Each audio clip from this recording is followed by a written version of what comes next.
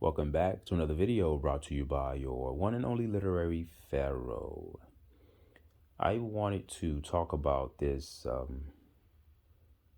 kind of debate out there that it's not actually a debate, but there's a question that was posed to people who are into the ancient Sumerian tablet narrative, the story that involves Enlil and Enki. We know that those we know that alien forces and alien beings are the progenitors or the creators of humanity. Some of you guys believe there was one God in the sky that created all of humanity. That's not it. We are a genetic modification or manufactured people who were a product of these extraterrestrial beings, the Anunnakis. And the Anunnakis are not like one race. I don't want you guys to think that it's one race. What the Anunnaki are is a group of races, of alien races. So if you come from another star system, you could be called an Anunnaki. Now the Anunnakis are given the name because they came at a particular time.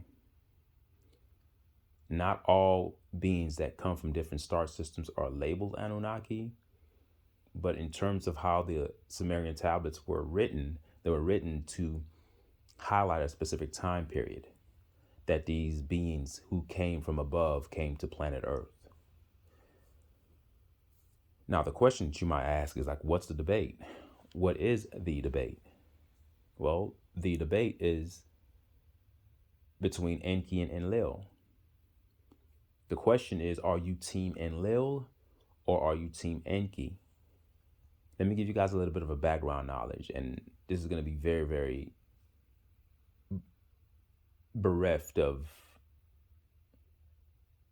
the true extended story. I'm going to be very brief, so those who are expecting me to dive deep into the narrative, excuse my brevity.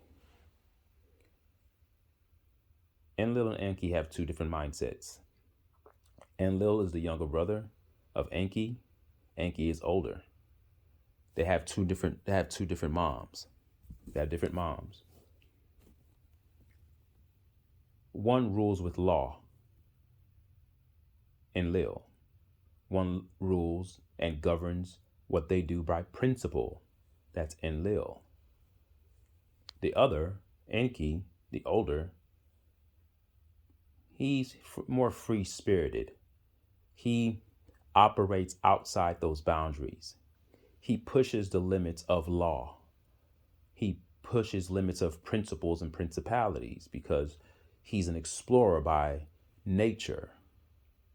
He's a wanderer, but not in a negative sense. He's just an inquisitive explorer. He's curious. He's the one that if you tell him this is not the way to do it, he's going to find a way to do it his own way. Now, that's just a brief overview of the two brothers.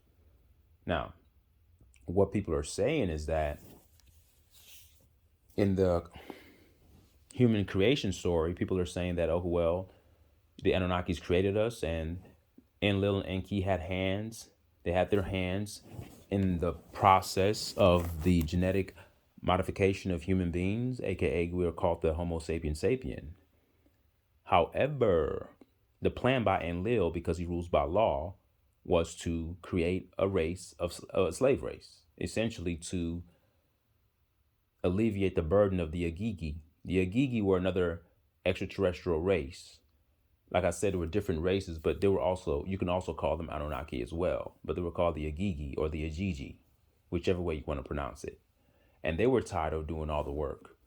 You say, what was the work? Well, the work was digging for gold. They were mining for gold, and the gold was used to repair the Nibiru ship. Now, some people make the argument and say that Nibiru was actually a ship, which was their planet. And some people say, no, it's not a ship. It's just an actual planet. Whichever side you're on, that's beyond the point, but I'm going to stick to the purpose of this video. The purpose of this video is to talk about which team are you on. Now, the plan was for Anunnakis to create a slave race of beings that were intelligent enough to do the work for themselves and sustain themselves, and they wouldn't know any better because they were built to be slaves. It's sort of like a vacuum. A vacuum is built to be a vacuum. A vacuum doesn't have choice. It just, you turn it on and it does what it's supposed to do.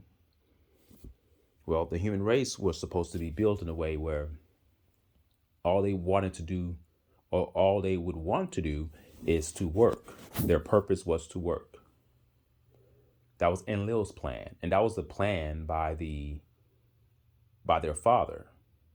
It was something that they all agreed upon. But of course, as I told you earlier, Enki is a little bit more free-spirited, so he goes back and he attempts to modify things a little bit. He infuses in the creation of the Homo sapiens sapien, which is us. He infuses in our DNA a divine spark. You say, what is the divine spark? Well, the divine spark is us, Homo sapiens sapien, having genetics of the Anunnaki in us. As I currently speak, we have it. We just can't tap into it. We have untapped potential. And the genetics that he put inside of us in the genetic manipulation that they did is it's so powerful, and it's monumental in the aspect that once we tap into it, our potential will rival that of our creators. What does that mean? It means that we have the potential to be greater than the Anunnakis who created us. And this is what enraged Enlil. He's like, what the hell did you do, brother? You weren't supposed to do this. Now, why did Enki do what he did? Well, he did what he did because we are his project. He views us as a project. People say that he has love for humanity. I would argue and say it's not really love. It's just that he has his own personal motives and his own personal ambition. And you can create something and have a strong affinity towards it at that particular time. But as time passes on, you may not care for it as much as you did initially. And I think that's where we are with Enki. So the overwhelming masses of people, if you ask them, what team are you on? They're going to say Team Enki, because Enlil is the one in the Bible that starts the floods. He's the one that is attributed to the first chemtrails. Chemtrails is nothing new. Enlil was the leader of corrupting the crops of the land back then.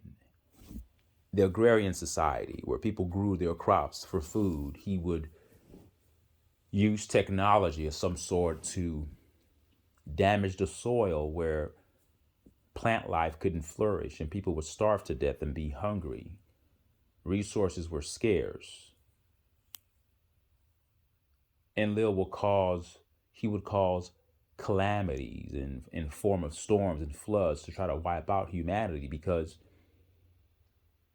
we were not supposed to be created. Enki went against the plan. Enki is the devil. He's the Satan in the Bible narrative. He's not a devil, because I don't believe that neither brother is totally good or totally evil. I just think that they both have their own motives. We just happen to be the collateral damage that's in between. We are the chess pieces on the chessboard between the two brothers. Enki is the one that came into the garden to enlighten Adam and Eve. Adamu and Tiamat. That's your original names, according to the Sumerian tablets. And he goes in there and he says, you guys aren't supposed to be slaves. We're cosmic kin. We're related. Yeah, we're different, but we're all still related, because you guys have the same genetics we have. You guys are much more than just workers. He teaches them a lot of things. And this enraged Enlil, because that was not the plan. Not only did Enki enlighten Adam and Eve, he also did something to their genetics as well. He manipulated it to turn off the worship gene, because remember, the original creation by Enlil was to create a slave race that worshipped them, that worshipped the Anunnaki and viewed them as the gods. And why do you think people today are still operating underneath that worship gene? But what Enki did that was very clever, he incorporated within the genetics of humanity the ability to turn off that gene if you want to. That's why you have people who defect from religion, because they realize it's empty. But you have some people that are wholeheartedly into their religion, passionate, religious zealots, and they'll die for their religion. That's not normal. That's the effect of what Enlil put inside our genetics at the inception of the creation of humanity. But Enki changed it. So the thing is that you really can't be for either Enlil or Enki. Both brothers have their own motives, as I said earlier. People say that Enki cared for us because he's the one that tried to preserve humanity. After the flood, he directed Noah on how to build that ark to preserve humanity. So people have it in their heads that, Enki cares for humanity. Well, that's what it seems, but I don't think he really cares for us as much as we think he does. Because you have to ask yourself the question, if he does care for humanity, what is he doing for humanity now? Human suffering can be attributed to Enki, because if we're going to give all the glory to Enki and say, oh, he's the one that created us the way we are, and you say, but there's nothing wrong with us, where there is something wrong when you've incorporated alien genetics in us, giving us the ability to want to seek purpose, but yet we have the animal-based trait of being programmed slaves. So we're stuck in limbo. We're not totally an animal, but we're not totally fully spirit. And we can't even tap into our spiritual potential because there's been a modification to our telomere capsules done by Enki, because he limited it. Done by Enlil, excuse me. Enki wanted to free us. So to me, I don't think Enki is doing anything for humanity now. Human suffering can be attributed to Enki. It was forbidden what Enki did. He was not supposed to do what he did. He created a glitch, an anomaly of a species mingling divinity and animality. He took their divine spark and mixed it in with Denisovian DNA, because there were already creatures here that were on the planet. They didn't create us from scratch. Am I happy that he created us? Well, yeah, I'm happy that he created humanity, but I'm also not happy. I'm happy, yet I carry an unrest within me that I see the current human experience as an exercise of futility, because we we want to have purpose, but we can't find that purpose beyond the surface stuff that's put here in this ecosystem, the social constructs that are devised by the hands of men, where you think you have purpose because you have a career. I'm not talking about that type of purpose. That's surface nonsense. I'm talking about deeper purpose. See, the plan was to build a slave race. If our genetics were tampered with by Enki, we would be in our purpose. If he didn't tamper with our genetics, we'll be fine. We'll just operate as slaves and be okay, because at least we would be in our purpose. We would know no better, and we would be okay. See, once Enki inserted enlightenment of the divine and infused Anunnaki genetics in us, we're kind of stuck between a rock and a hard place. We're in limbo. See, Enlil wanted to eliminate the abomination of Enki's experiment, which is why people view Enlil as evil. He's not really evil. He's just trying to get rid of what his brother did, because his brother was never supposed to do that. We are the abomination, folks. And I know it sounds harsh because we're taught that we're special. We're not special. We are the abomination according to the Galactic Federation and according to the plan of the Anunnakis. Higher advanced beings. I guess you could call them supernatural beings, because they operate outside the confines of this third dimensional realm. We are the abomination. See, if Enki is so caring, what is he doing to help humanity today? Not a darn thing. See, Enki messed with his creation. Do you know that? He entered women sexually. Enlil, back then they had the technology to preserve their consciousness and insert their consciousness inside avatar bodies. And he can never die in terms of being mortal on Earth. He can continue to live and continue to impregnate women after women and have his genetics spread. And that's what Enki was doing. Enki was more self-serving. Enlil would sacrifice for the greater principle and greater law. because we're so emotionally invested, we look at Enki as the good guy. I don't look at either one as good or bad. I just want to give you guys a deeper perspective in order to help you make a decision on which team you'll be on or which side that you choose. So you have to ask yourself, Enlil is about order, principle, and law. Enki is a drifter. Now, neither brother is totally good or evil. Like I said, though Enki is the older of the two brothers, it's interesting that Earth was given to Enlil to rule rather than Enki. And I have my own theory about that. I think that Enlil was allowed to rule because he's about law and principle, and his brother isn't. It's a little bit more risky to allow a brother who's a drifter and an explorer and pushes the boundaries and pushes the limits to allow him to rule. That's why Enki was given the Abazu. He was given the ability to rule the deep waters. But the land, the earth, in and of itself, was given to Enlil to rule. Perhaps Enki's mindset and inner universal view didn't align with the agenda of the Anunnakis. See, Enlil governs by law, making him a better ruler, and Enki operates outside the law and possesses his own self-serving ambition. I really can't be for either one. I can't be Team Enki because the end product of what I see happening with humanity is not indicative of a creator who truly cares for us. If he truly cares for us, and the product would show that he cares. I see the way humanity is. I don't see a creator that cares. I see a person that created something and doesn't have the ability or the capacity to contain what he created. And Enlil, the one that's viewed as being evil, was trying to eliminate this. There would be no human suffering if we didn't exist. There'll be something else, probably something better. So the problems that we have today could be probably attributed to Enki, not Enlil. Now, right now, Enki doesn't give a crap about you or I.